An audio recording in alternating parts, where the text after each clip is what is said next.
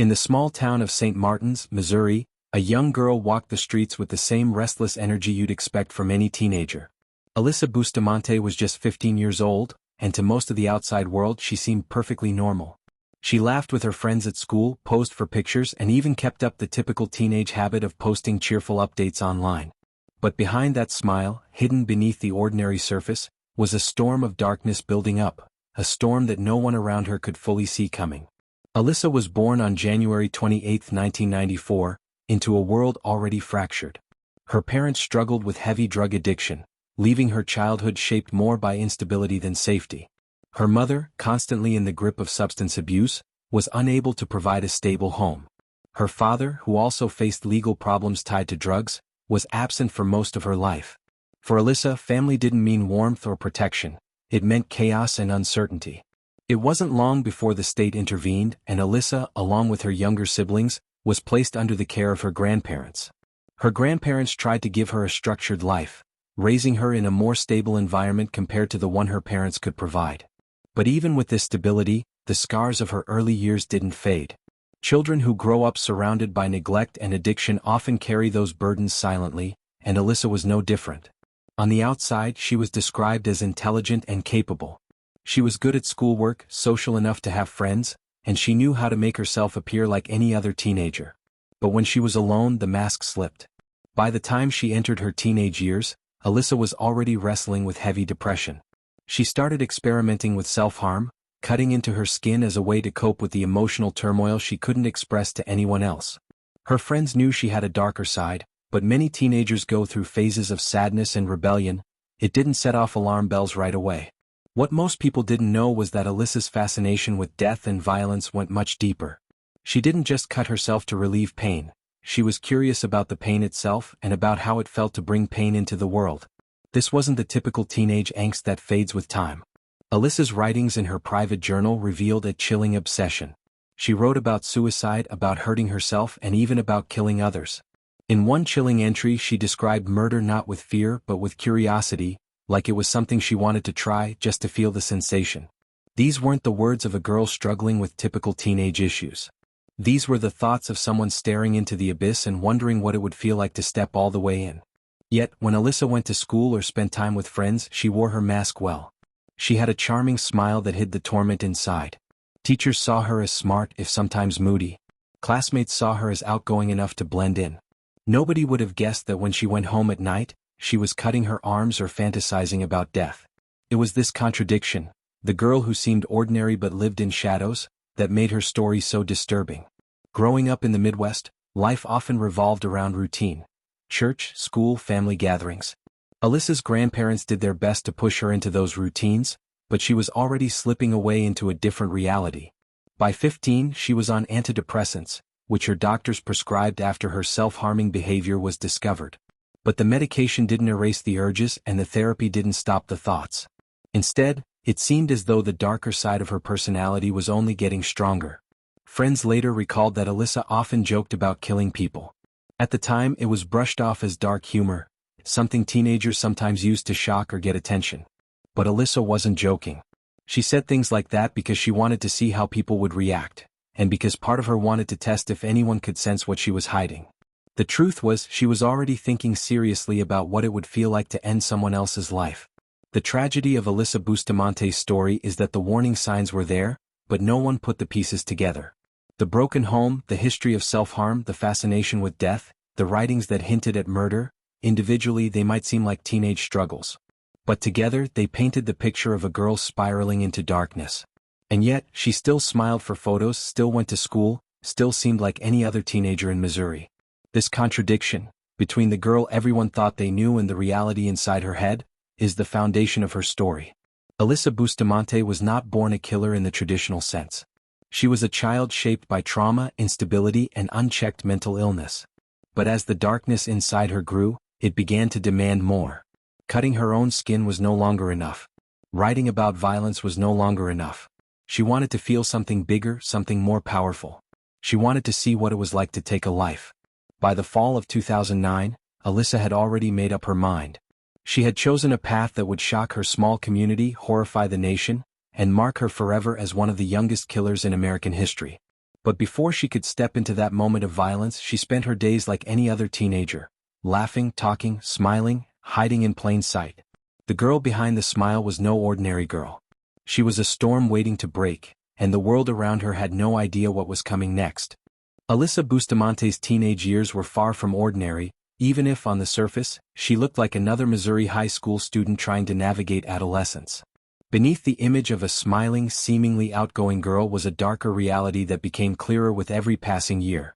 Her journals, her conversations, and even her casual behavior painted a portrait of a girl not just struggling with depression, but flirting with an obsession that frightened those close to her, an obsession with death and destruction. These signs were not hidden. They were visible, sometimes written in plain words, sometimes expressed in shocking actions. But somehow they were brushed aside, ignored, or misunderstood. By the time Alyssa entered her teenage years, her depression had already deepened into something more dangerous. Her arms carried visible scars from self-inflicted cuts, which she rarely tried to hide. Friends and classmates knew she was hurting herself, but in an environment where teenage rebellion and self-harm were sometimes dismissed as attention-seeking, the seriousness of Alyssa's behavior was overlooked. Her diary became a chilling mirror of her thoughts, filled with entries about pain, hopelessness, and, most disturbingly, her desire to end another person's life. These weren't cryptic writings. They were clear, deliberate, and haunting. Alyssa wrote about the thrill she imagined feeling if she killed someone, describing it almost as though it were an experiment she wanted to conduct. In school, Alyssa's behavior often caught the attention of both peers and teachers. She wasn't shy about her fascination with the macabre. She would talk openly about death, sometimes making jokes that carried a sharp, unsettling edge. Some classmates dismissed her as simply dark or emo, assuming her words were part of a teenage phase, while others admitted later that her intensity left them uneasy. Teachers saw a troubled student with obvious mental health challenges, but they couldn't have known just how far her obsessions were going. Her online activity made her inner world even more visible, and in hindsight, deeply alarming. On social media platforms like MySpace, Alyssa projected an identity that was unfiltered and raw. She posted about her struggles with depression, her anger, and her nihilistic worldview. At times, her words bordered on confessions, describing her desire for violence. She displayed an online persona that was dark, sarcastic, and often threatening. These posts, read years later, sound like glaring warning sirens. At the time, however, they were absorbed into the endless noise of online teenage expression. To outsiders, Alyssa might have seemed like just another teenager trying to be edgy on the internet, but those who truly knew her saw that these weren't just performances. They reflected her reality. Her fascination with death wasn't limited to her writings or her social media. Alyssa experimented with it in a more physical way. She became obsessed with cutting herself, and the act of watching her own blood was something she admitted gave her relief, even pleasure. Friends recalled conversations where she spoke about wanting to know what it would feel like to watch someone else die. These weren't vague or passing comments. They were direct and they were shocking. Yet in the atmosphere of adolescence, where dramatic statements are often brushed off as exaggerations, no one truly believed Alyssa would carry them out. The diary entries that later surfaced after her arrest are some of the most chilling pieces of evidence about her mindset during this time. In one entry, she fantasized about killing and described it as though it was something she needed to experience. The way she wrote wasn't simply hypothetical curiosity, it was laced with anticipation, like she was counting down to an event. She framed murder as something exciting, a thrill that would break the monotony of her life. In another entry, she openly admitted that she couldn't stop thinking about it, as though the thought itself had taken root in her mind and was growing stronger by the day. Even when Alyssa's friends noticed these disturbing comments, they struggled with how to interpret them. Some assumed she was joking. Others, who recognized her self-destructive patterns, believed she might eventually harm herself but never considered she would harm another person. Her grandparents who were raising her were aware of her depression and her history of self-harm, but like so many others, they failed to see the full scope of the danger. They saw a teenager who was troubled, who needed help, but not one who might commit an unthinkable act. One of the most disturbing elements of Alyssa's descent into darkness was the normalization of her behavior among her peers. In high school, where students often experiment with identity, rebellion, and shock value, Alyssa's cutting and dark talk seemed to blend in with a culture that sometimes glorified pain and death in music, fashion, and online communities. She wasn't the only teen who dressed in black, listened to dark music, or posted morbid things online. But unlike others, Alyssa's writings and actions carried a deeper sincerity. For her, death wasn't just an aesthetic. It was an obsession. This chapter of Alyssa's life reveals a disturbing truth. The warning signs were visible long before the murder. Her scars, her diary, her online posts, her conversations, each one offered a glimpse into her deteriorating mental state. But those pieces were never fully connected, never taken as seriously as they should have been. Teachers saw depression. Friends saw an edgy persona. Family saw a teenager in pain. No one saw a killer forming in plain sight. The seeds of violence were already planted, and Alyssa was nurturing them in secret. Each cut on her arm, each diary entry, each dark online post was a step closer to what she would eventually do.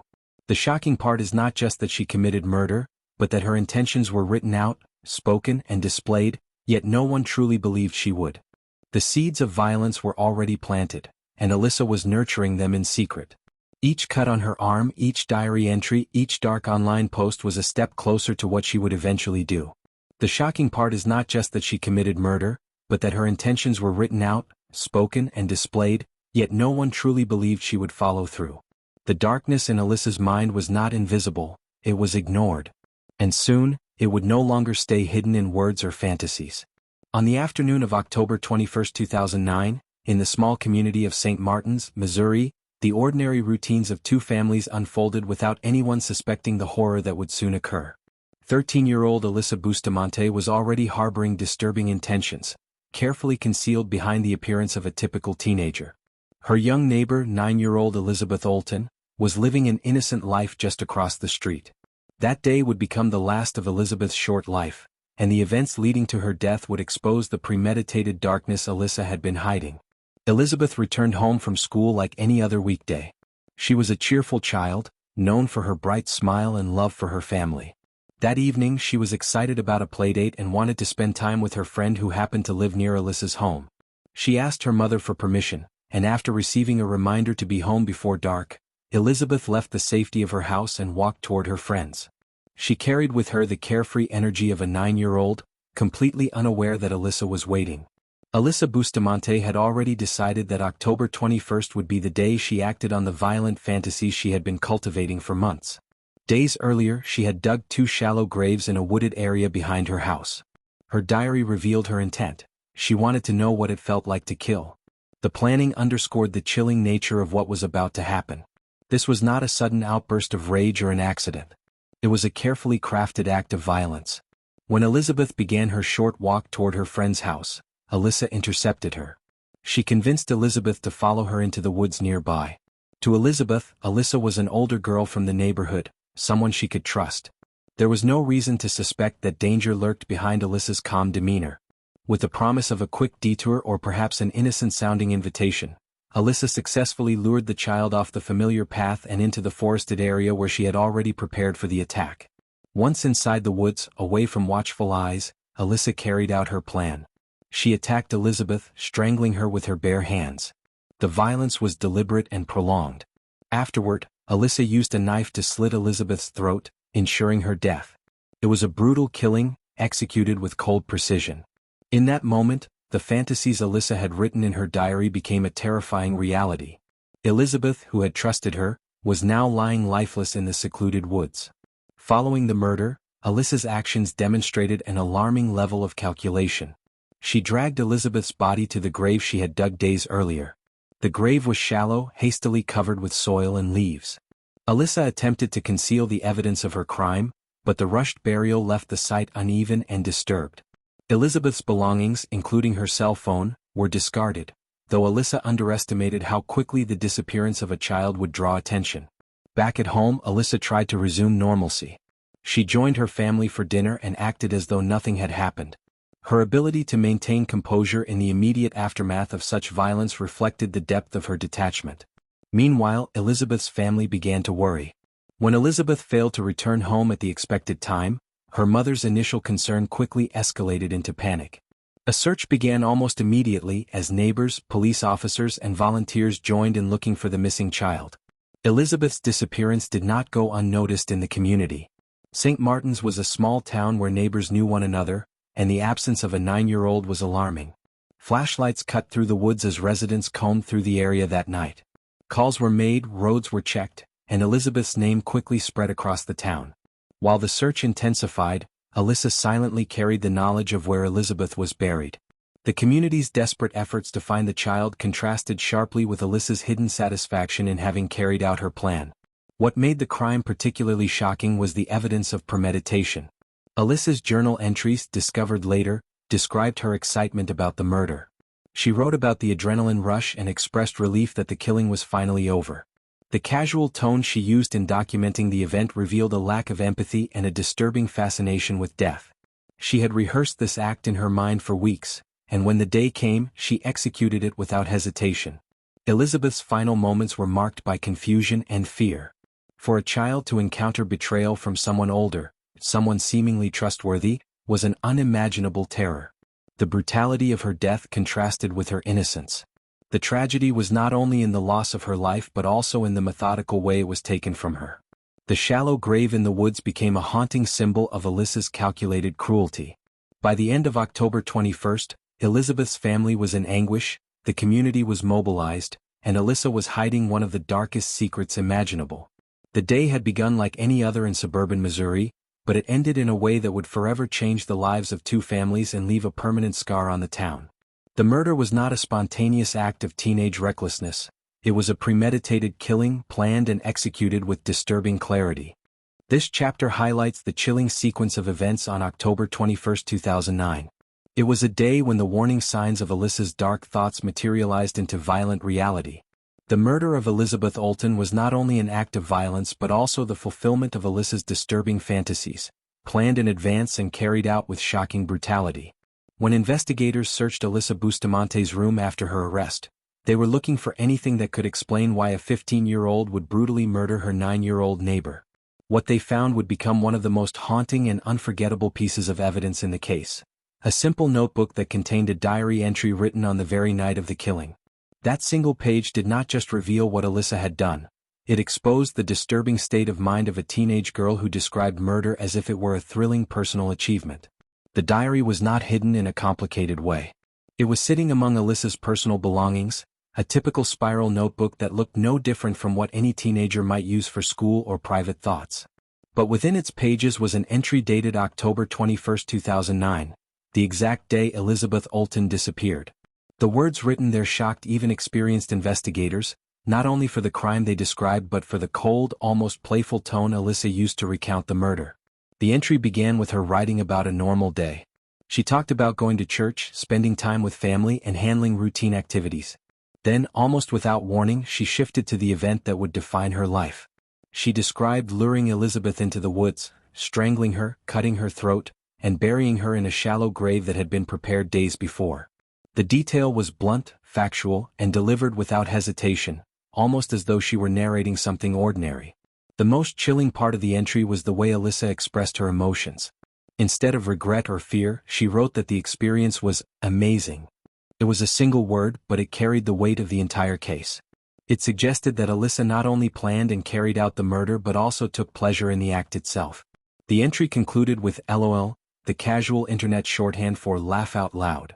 That sign-off, so common in teenage conversations, made the diary entry even more disturbing. It was as if Alyssa was mocking the gravity of what she had done, reducing the violent death of a child to a joke. For law enforcement, the diary was more than just a written confession. It was evidence of Alyssa's mindset in the immediate aftermath of the crime. Investigators and prosecutors later emphasized that the diary showed premeditation, lack of remorse, and even enjoyment. This was not a crime of passion or panic. It was something Alyssa had thought about, executed, and then recorded with satisfaction. The diary entry quickly became one of the most widely reported elements of the case in the media. Headlines highlighted the LOL signature, presenting it as a shocking example of teenage detachment from reality. Reporters, commentators, and members of the public struggled to understand how a 15-year-old could view murder as entertaining. The entry transformed the case from a tragic neighborhood crime into a national story about youth violence, psychology, and morality. When prosecutors presented the diary in court, it was a pivotal piece of evidence. It eliminated any possibility that Alyssa could claim the killing was an accident. The language in the entry made it clear that she understood exactly what she was doing and that she derived excitement from it. Defense attorneys had little room to argue against such direct words. The diary was Alyssa speaking for herself, in her own handwriting at the exact time of the crime. Psychologists and experts who studied the case later debated what the diary revealed about Alyssa's mental state. Some believed it showed signs of deep psychological disturbance, possibly linked to her troubled childhood, history of depression, and fascination with death. Others argued that the diary indicated a dangerous level of callousness, pointing to psychopathic traits that could not simply be explained by her background. Either way, the diary erased any notion of innocence or immaturity. It painted Alyssa as someone who acted with intent and celebrated her own brutality. The impact of the diary extended beyond the courtroom. For Elizabeth's family, learning that Alyssa had described their daughter's final moments as amazing was a wound that could never heal. It was not enough that Elizabeth had been taken from them violently. Now they had to face the reality that her killer considered the act enjoyable. That cruel detail haunted them through the trial and long after the case was closed. In the public's eyes, the diary became Alyssa's defining feature. She was no longer just a teenager who had killed her neighbor, she was the girl who laughed about it in her journal.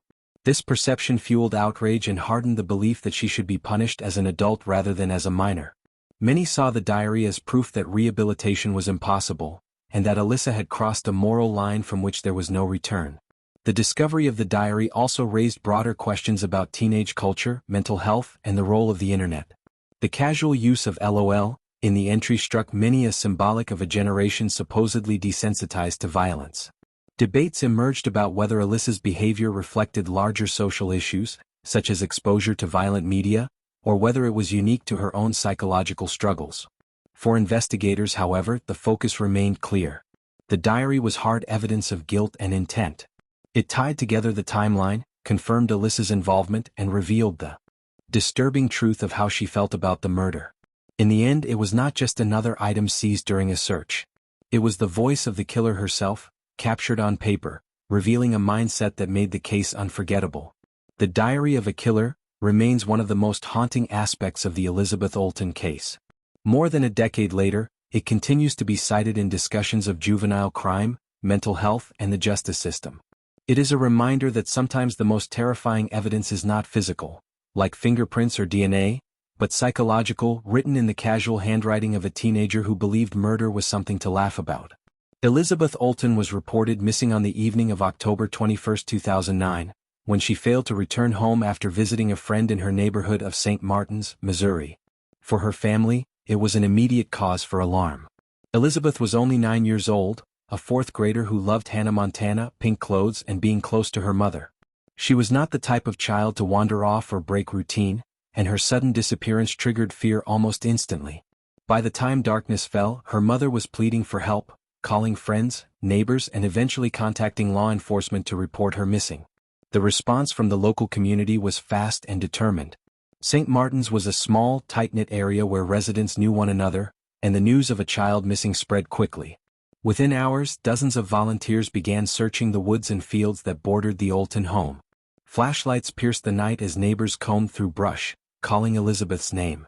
Law enforcement coordinated search efforts with fire departments, rescue teams, and eventually the FBI, treating the case with the seriousness that any missing child investigation demands. Helicopters were deployed to aid the search, hovering low over the darkened countryside. Bloodhounds were brought in to track Elizabeth's scent. Posters with her photograph were quickly printed and circulated in the surrounding area. Every hour that passed without a lead deepened the dread among her family and the wider community. For Elizabeth's mother, the search was agony. She gave emotional statements to police and neighbors, describing her daughter's playful personality and her need to be home, underscoring how unusual and terrifying her absence was. The fear that Elizabeth had been abducted hung heavily over the search. Investigators pursued that possibility, canvassing the neighborhood and interviewing residents. They wanted to know who had seen Elizabeth last, and whether there were vehicles or strangers spotted in the area. As the questioning expanded, one name began to surface: Alyssa Bustamante. Alyssa was known in the neighborhood as a troubled teenager, but she was also a familiar figure. She lived with her grandparents close to Elizabeth's home, and the younger children in the area sometimes saw her near the woods. Witnesses recalled Alyssa being in the vicinity around the time Elizabeth disappeared. When police questioned her, they noticed inconsistencies in her statements. At first, she claimed to know nothing about Elizabeth's disappearance. Later, she admitted she had seen her but denied involvement.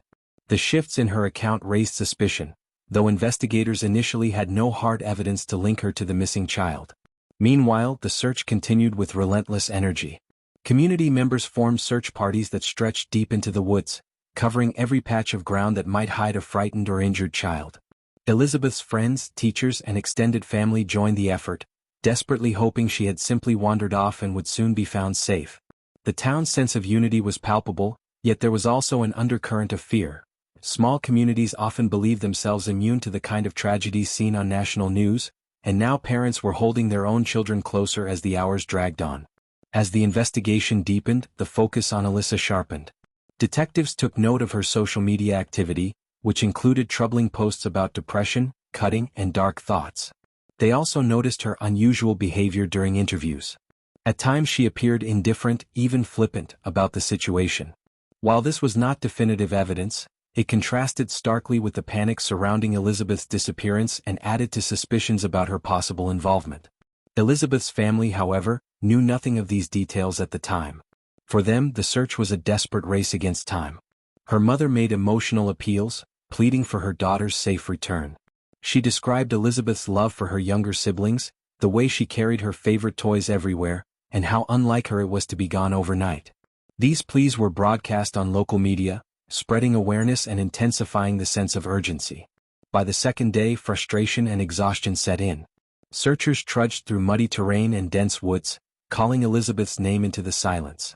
Investigators began to fear the worst. Statistically, the chances of finding a child alive dropped dramatically after the first 24 hours. Yet no one wanted to give up hope. Volunteers clung to the possibility that she was hiding, trapped, or even taken but still alive. The sheer size of the search effort underscored how deeply the case shook the community. Behind the scenes, however, police were beginning to shift from a missing child case to a likely homicide investigation. The inconsistencies in Alyssa's story, coupled with her history of troubling behavior, became too significant to ignore. Detectives pressed harder in their questioning, gradually uncovering more about her actions in the days leading up to October 21st. When it was revealed that Alyssa had dug holes in the woods prior to Elizabeth's disappearance, suspicion escalated to near certainty. Still, outwardly the search went on. The community continued its efforts, unaware that investigators were closing in on one of their own neighbors as the prime suspect. The contrast between the public's desperate hope and the grim reality investigators were beginning to suspect is one of the most striking aspects of the case. While parents clutched their children and volunteers combed through fields, Alyssa maintained a thin facade of innocence, even as evidence mounted against her. The search for Elizabeth, filled with urgency, sorrow, and determination, captured the heart of the community. But for all their effort, Elizabeth was never coming home. Her fate had been sealed hours before the search began. For her family, the pain of those days would forever be compounded by the knowledge that while they held out hope, their daughter was already gone, buried in a shallow grave not far from their home, placed there by a girl they thought was just another troubled teenager in the neighborhood. The small, windowless room inside the St. Martin's police station was not built for comfort. Its pale walls, the buzzing fluorescent light above, and the single table at its center were designed for one purpose only: to break down lies. On the evening of October 22, 2009, Alyssa Bustamante was brought into this room as just another teenager asked to answer questions about a missing girl. Within hours, she would confess to a crime that horrified even hardened detectives. When Alyssa first sat down, she appeared calm, almost too calm for a girl whose 9-year-old neighbor was missing. Investigators noticed her relaxed posture, her flat tone, and the lack of visible worry. It was a stark contrast to Elizabeth Olten's family, who were in tears outside, begging for their daughter's safe return. Alyssa gave short answers, shrugging at times, and told police she had last seen Elizabeth walking home from school. The detectives, trained to spot cracks in stories, quickly noticed inconsistencies. Alyssa claimed she had been at home most of the evening, but neighbors reported seeing her near the woods. One even recalled Alyssa walking away from the very area Elizabeth was last seen entering. When asked why she was near the woods, Alyssa stumbled. Her answers grew less confident, and her body language shifted. For hours, investigators circled her with questions. Where was she when Elizabeth vanished? Why did she take a sudden interest in the woods? Why did her timeline not match what others saw? Alyssa, used to controlling her world through secrecy, now sat cornered under the relentless pressure of trained professionals. Detectives then brought up her diary. They had already found disturbing entries during the search of her room, pages where she vented about depression, anger, and a fascination with death. When they mentioned her writings, Alyssa's mask began to slip. She grew fidgety, her voice wavered, and her hands trembled. Detectives pressed harder, sensing that her carefully constructed wall was starting to crumble. At first, Alyssa denied everything. She insisted she knew nothing about Elizabeth's disappearance and tried to redirect blame. But the investigators did not let up. They calmly explained that evidence was stacking against her: neighbors' testimony, the holes dug in the woods, and her suspicious behavior. Each fact landed like a hammer blow, pushing her deeper into a corner. Finally, one detective leaned across the table and asked the question directly, "Alyssa, did you kill Elizabeth?" There was a long silence. Alyssa looked down at her lap, her lips pressed together. The room seemed to freeze in anticipation. Then, almost casually, she whispered, "Yes." The confession stunned the officers. Some would later recall that her lack of emotion was more disturbing than the words themselves. When asked why she did it, Alyssa explained in a chillingly matter-of-fact tone, she just wanted to know what it felt like to kill someone. She admitted she had dug 2 graves days earlier, planning for the act in advance. Elizabeth, a cheerful child walking home from a friend's house, was simply the unlucky victim chosen to satisfy Alyssa's dark curiosity. As Alyssa described the murder, detectives struggled to maintain their composure. She detailed how she strangled Elizabeth with her hands, stabbed her repeatedly with a knife, and then buried her in the shallow grave. She did not cry, did not appear ashamed, and even mentioned that the experience was amazing. Word of her confession spread quickly through the police station. Officers outside shook their heads in disbelief. Some whispered that they had never encountered a child suspect with such cold detachment. To them, Alyssa's confession transformed her from a troubled teen into something else entirely: a remorseless killer. When the community learned of her arrest, shock turned into horror. The idea that a 15-year-old girl from their own neighborhood had planned and carried out the murder of a child was almost impossible to process. Parents who had been searching the woods alongside officers broke down upon hearing the news. Elizabeth's family, who had prayed for a miracle, now faced the devastating reality that their daughter was gone, and that her killer was another child. The media seized on the story immediately. Headlines screamed of the teenage killer and the neighbor who murdered.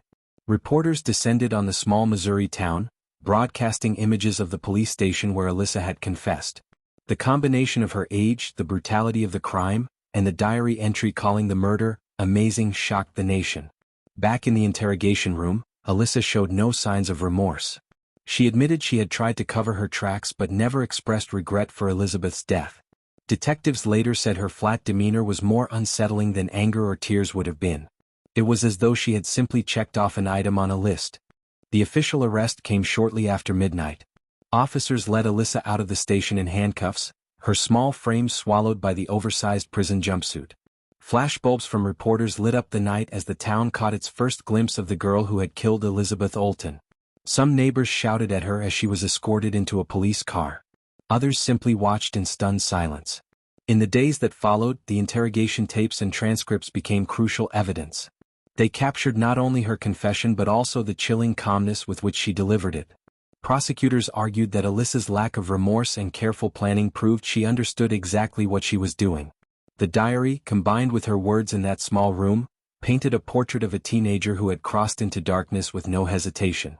For investigators, the interrogation marked the turning point in the case. What began as a desperate search for a missing girl had ended with the horrifying truth: the killer had been hiding in plain sight, living just down the street, and was only 15 years old.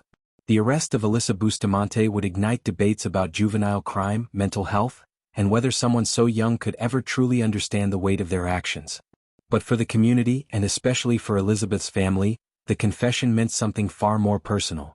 It confirmed their worst fears. Elizabeth had not been lost in the woods or taken by a stranger. She had been lured, killed, and buried by a girl they had trusted enough to live among them. The image of Alyssa in the interrogation room, calm, unflinching, admitting to murder, became one of the defining snapshots of the case. It was the moment a troubled teenager was revealed to be a killer, and the moment the town of St. Martin's realized it would never be the same again. When Alyssa Bustamante walked into the courtroom, shackled and flanked by officers, the world saw not just a teenager but someone who carried the weight of a brutal crime. The murder of Elizabeth Olten had already shaken the small town of St. Martin's, Missouri, but now it was about to become a national spectacle. Reporters crowded into the courthouse, eager to capture every detail of the trial of a 15-year-old accused of killing a 9-year-old girl. Setting the stage for trial. The prosecution and defense approached the case with vastly different narratives. For the state of Missouri, prosecutors argued that Alyssa was not just a troubled girl but a calculating killer. They pointed to her diary entries, her pre-dug graves, and her chilling confession as proof that Elizabeth's death was not spontaneous but carefully planned. This was, they insisted, the act of a teenager who killed simply to know what it felt like. The defense, however, painted a very different picture. They described Alyssa as a deeply disturbed child, one scarred by years of depression, self-harm, and family dysfunction. Her attorneys argued that she was mentally ill, impulsive, and incapable of fully grasping the consequences of her actions. They hoped to convince the court, and the public, that Alyssa needed psychiatric treatment, not the harsh punishment reserved for adult killers. The evidence that shocked everyone. At the heart of the prosecution's case was Alyssa's diary. Written in her own words, the entries revealed a chilling mindset. On the night of Elizabeth's murder, Alyssa had written, "I just killed someone. I strangled them and slit their throat. Was amazing. As soon as you get over the, oh my god I can't do this, it's pretty enjoyable. I'm kind of nervous and shaky though right now. Okay, I gotta go to church now, oh." Those words, read aloud in court, left the room silent.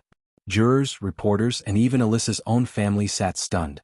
For the prosecution, the diary was undeniable evidence of premeditation and remorselessness. It stripped away any claim that Alyssa had acted on impulse or without understanding. Adding to the weight of the evidence were testimonies from investigators and neighbors. Witnesses recalled seeing Alyssa leading Elizabeth toward the woods. Police described how Alyssa initially lied during questioning before finally breaking down and confessing. Photographs of the shallow grave and the crime scene further underscored the brutality of the act. The struggle of the defense. The defense team faced an uphill battle.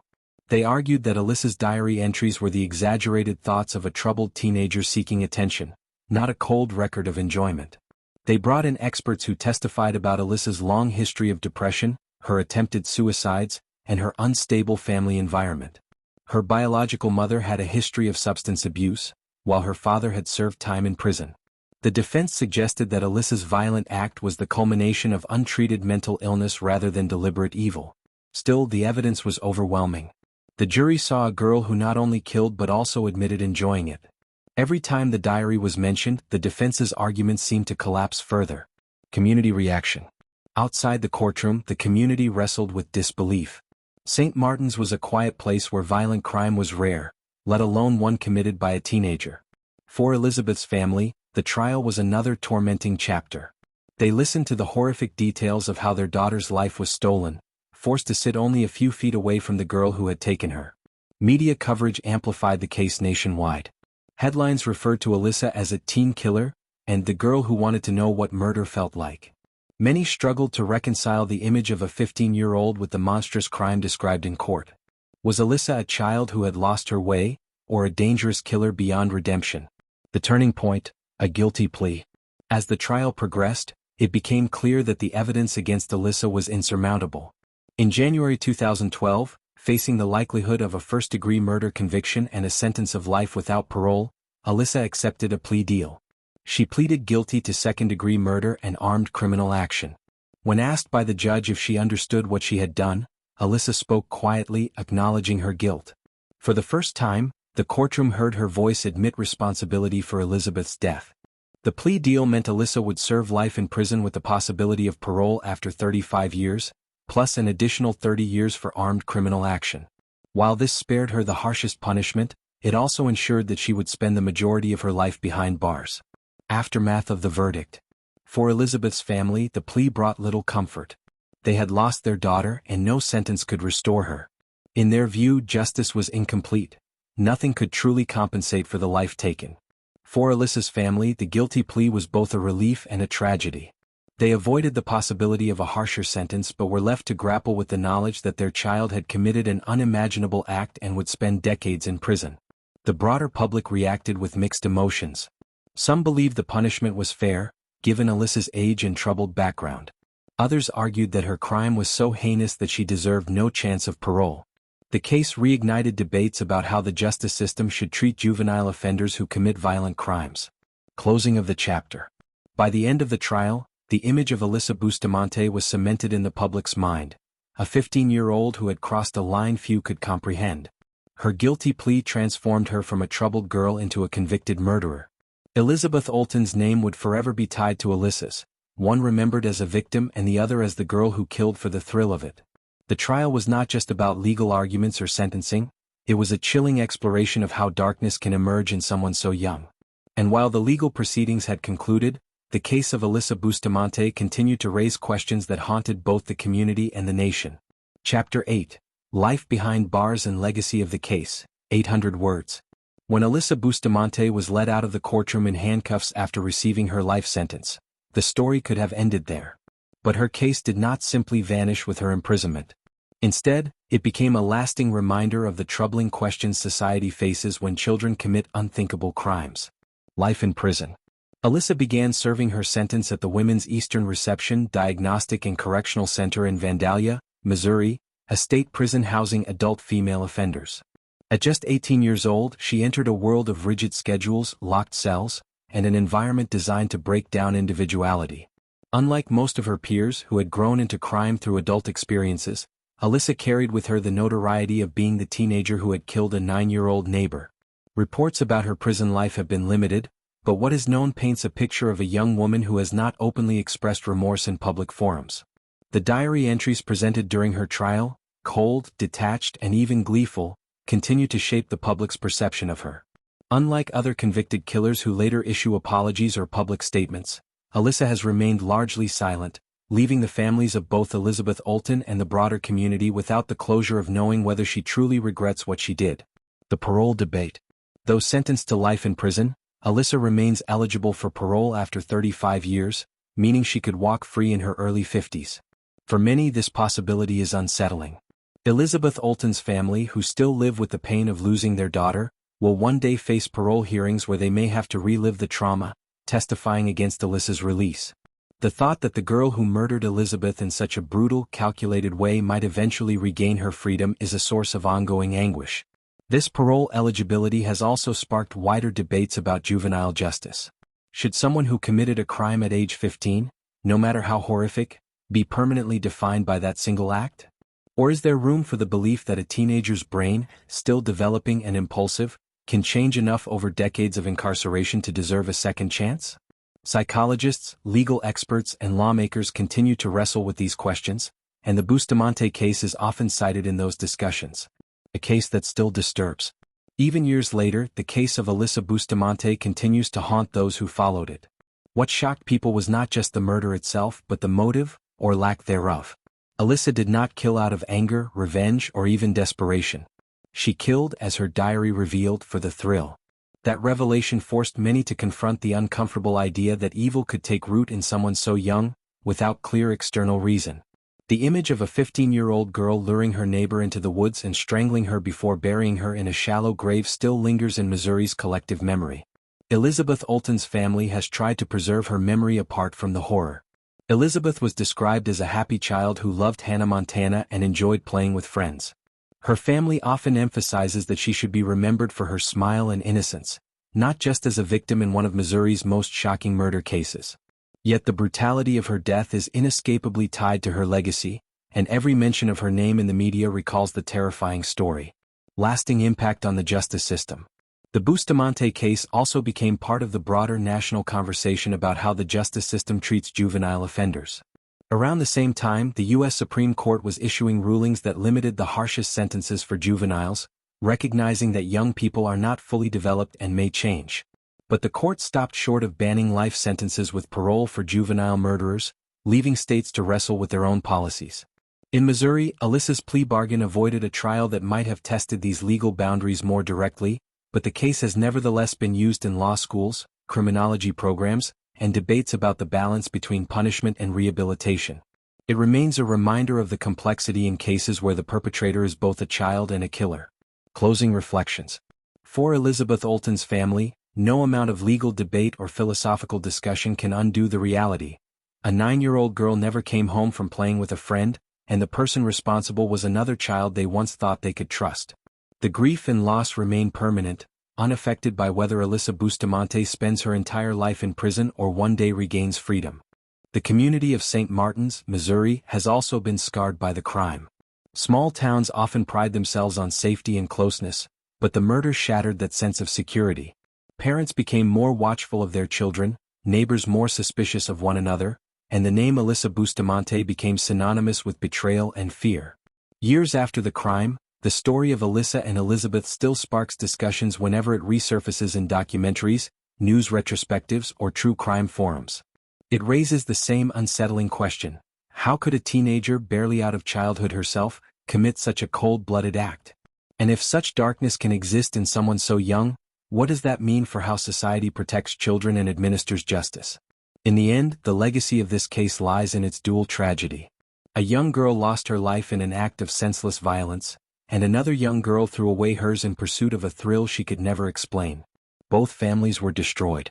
Both communities were scarred. And the justice system was left grappling with questions that have no easy answers. Alyssa Bustamante will likely spend decades behind bars, but her name, and the name of Elizabeth Olten, will remain linked forever, serving as a chilling reminder of what happened in the woods of Missouri one October evening, and the enduring shadows it left behind.